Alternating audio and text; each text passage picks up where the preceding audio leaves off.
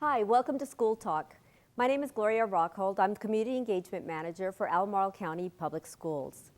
The Office of Community Engagement builds bridges between community members, family members, and students and families so that working together, we support learning. The Diversity Resource Teachers Program is the perfect example of how we build bridges within our community and with our students. Each school has one or two diversity resource teachers, and today we have with us a couple of teachers from Western Albemarle High School. Thank you so much for coming, and welcome, welcome.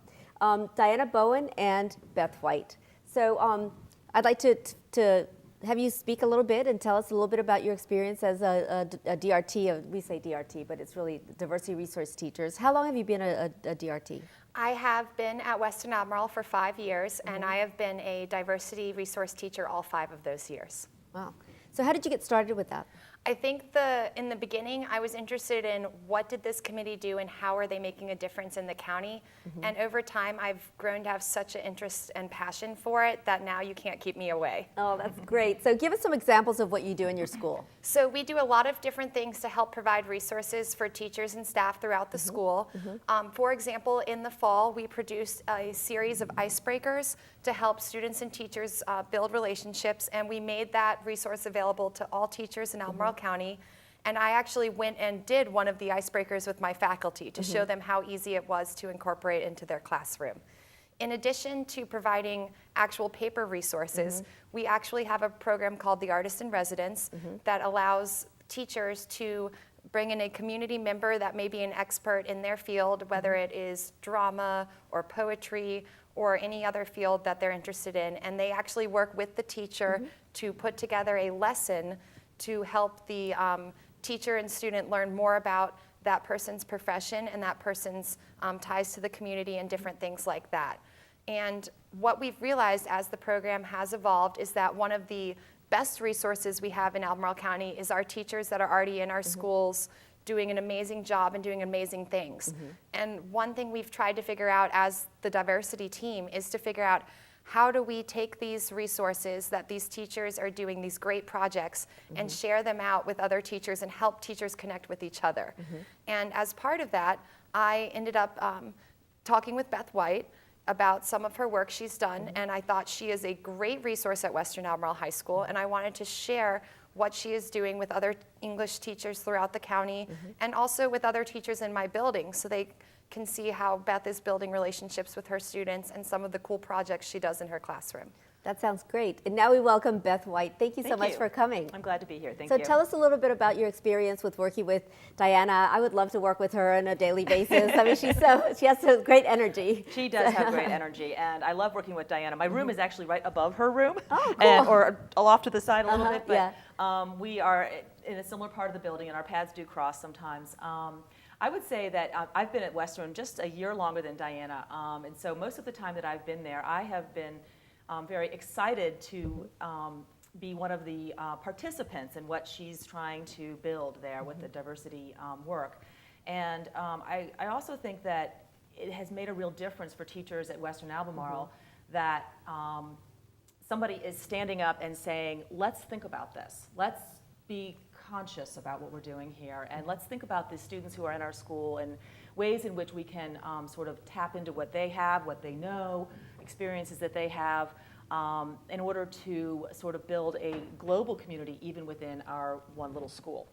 And so I really appreciate the Diversity Resource Teacher Program for that reason, because I think many of us have ways of approaching that, but we don't always think about it. We get caught up in our own curriculum, and we don't always think about what we could be doing that sort of broadens the students' experiences. So the intention is to get to know who's in your classroom, basically. Absolutely. So I think that's a challenge for a lot of teachers because, you know, especially in Western where everyone speaks English, you know, perfectly well, or the majority of them.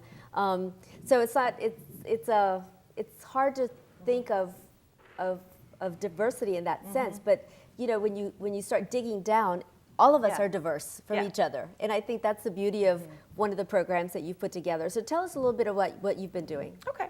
Well, I think you're exactly right. I mean, Western Albemarle is a bit of a homogeneous community. If you look at it in terms of race or ethnicity, that kind of thing. Although we certainly do have students from different backgrounds, and actually I have quite a few students who are currently learning English. So, but in terms of the overall population, it can be sort of homogenous. But I think that one of my goals is, of course, well, actually, it's a county mission, is to build relationships in the classroom. Right. This is not something that's specific to me. Everybody's working on this, and we do recognize that students who have formed relationships with each other in the classroom and with teachers and other adults in the building tend to do better in school. They tend to feel more engaged. They tend to feel more motivated, and so I think that, you know, there are lots of benefits to that, aside from simply getting to know people who are different from you for some reason. So that certainly is part of the motivation. But particular to my course, I teach world literature at the 10th grade level.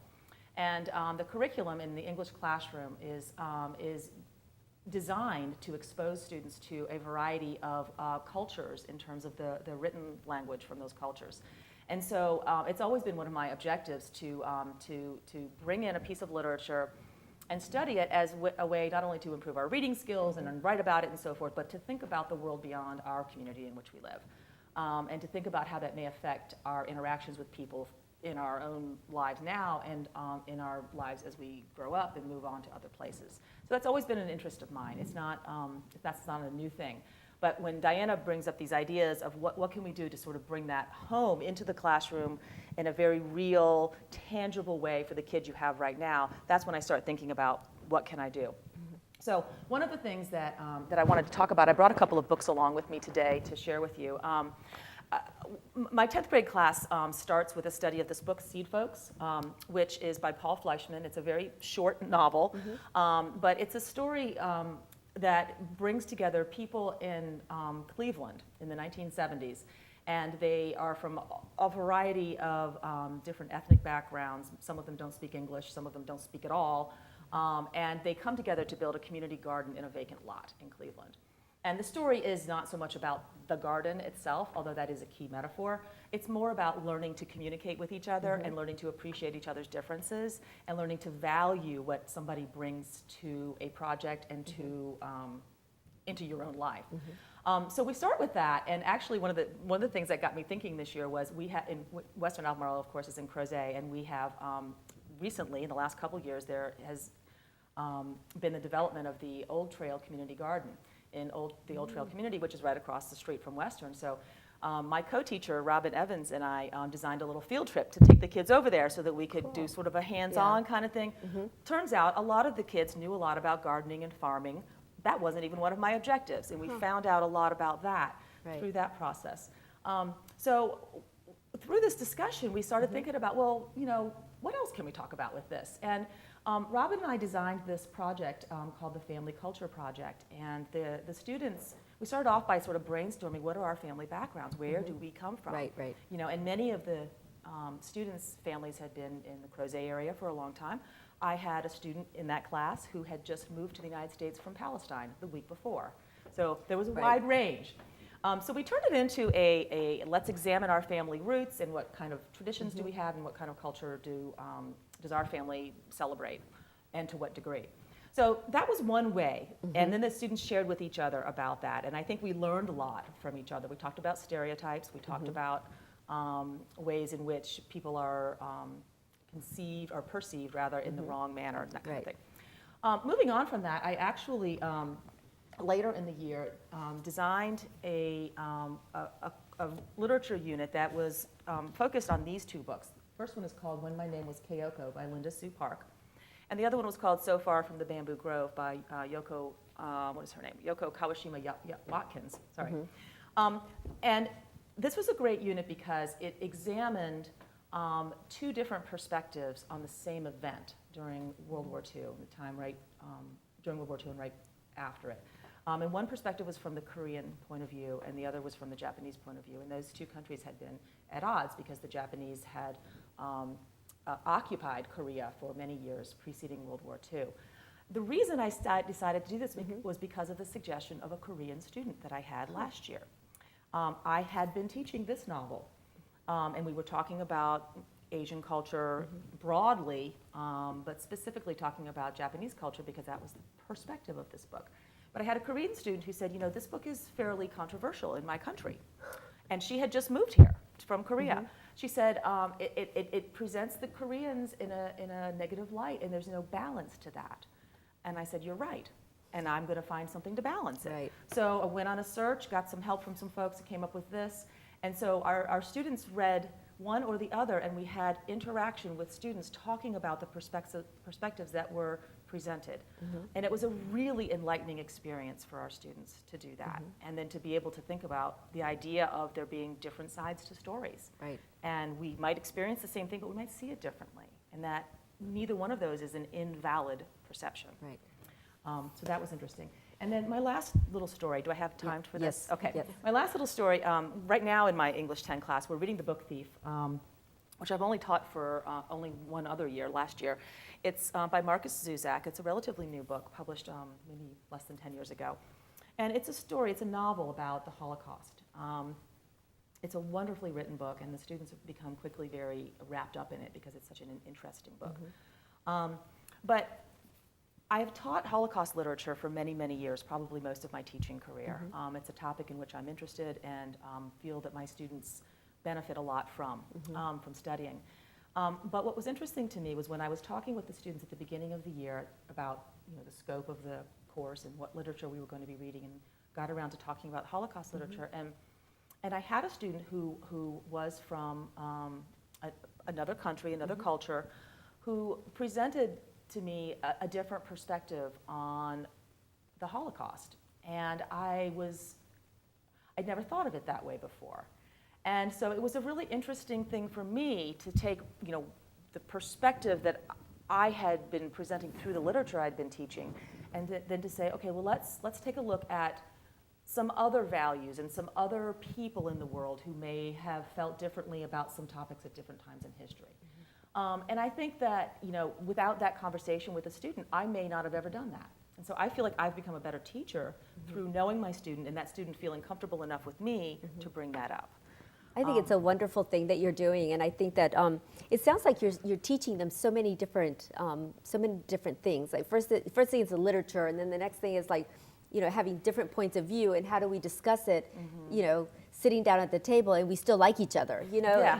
I think that we need to model that a little bit more, and in our society today, it just sounds like if you're at odds, man, it's just like you don't go to the same restaurants, you don't go to the same places, and it's really kind of sad. So, and I think that you're doing a great job in modeling that for your children, and I'm sure they're going to carry that with them for years to come, and I think that's the importance of making that connection and building the relationships in the class. So, I really think it's great, and we're going to get right back to you in a moment, but I want Diana to tell us about the different projects and the different things that you've done with your students. So when people think of a math classroom, they immediately think, how does diversity teaching interact and occur in a math classroom?